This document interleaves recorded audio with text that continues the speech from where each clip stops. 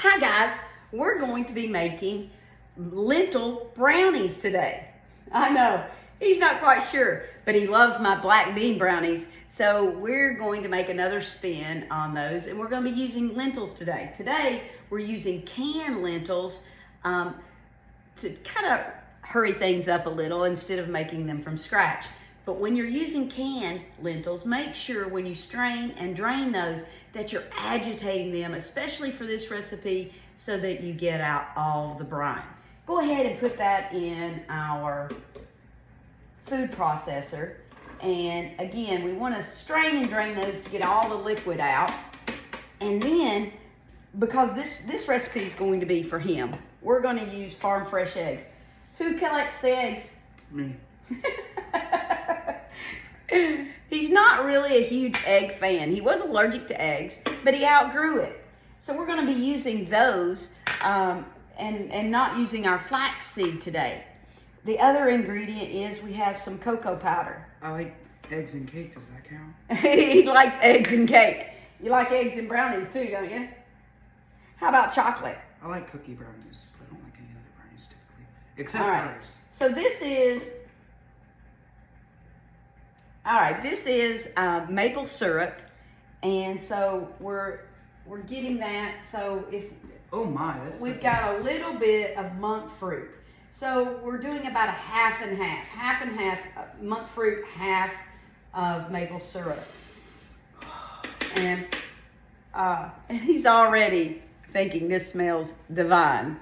All right, so we've got a little bit of baking powder, and we're gonna work that one around a little bit instead of putting it in one place. We do have some grass-fed, grass-finished butter, and so he's adding that. And then we have just a little bit of vanilla, and he thinks that smells great. All right, let's go ahead and put the top on our mixer. We are going to mix that until our dough. All right, now that our batter has formed, we're gonna take that off. What do you think that smells like? Jello pudding, like the chocolate Jello pudding. Chocolate Jello pudding out of lentils. How great is that, guys? All right, so what we're going to do now is I'm gonna have him take about half the batter and put in a lined baking dish. Now we are using an 8x8, which is gonna make them a little bit thicker. You could do a 9x11, but you're gonna be a lot thinner on your brownie. So we're going to be spooning that, and like I said, only put about half, because we've got another step. All right, as he's spooning that, he's going to spread it out so that it's evenly distributed across the pan. But again, remember, we're only putting half our batter in right now. All right, for the part that I know he'll enjoy, only put about half that in there though. So we are going to layer with one layer of chocolate chips, and we're only going to put about half. You can go ahead and grab those, and that'll make it easier to distribute them. And that way you can sprinkle them in there. This is fun. He loves baking, and I love baking with him. He absolutely loves the end result. Well, that's looking good. Maybe a few up there so that, you know, you don't want the guy that gets that not to get the ooey gooey goodness. Well, I'll make sure I label that side yours. It's all mine. This one's mine. No. This side is mine for sure. I'm taking all this side is yours. I'm taking all the sides.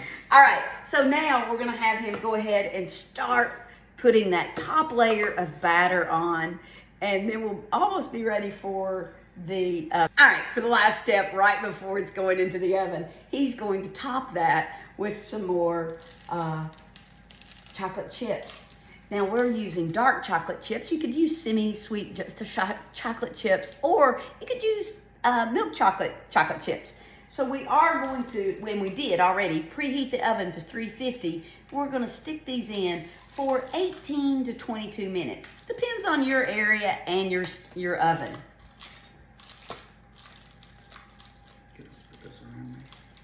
All right, now you can go ahead and, let me make sure, yeah, that's what I thought. We got one that got escaped.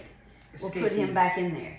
All right, so put that in the oven, and we're gonna see you guys back in about 18 minutes. I can't wait. I know he can't. All right. I think it's cooled down enough. He doesn't want to wait anymore. So let's see what his thoughts on lentil brownies are. You like it? Get approved. Kid approved? Does it taste like a brownie or a chocolate brownie? Yes, it does. Absolutely. All right, guys. Try some with your kids today.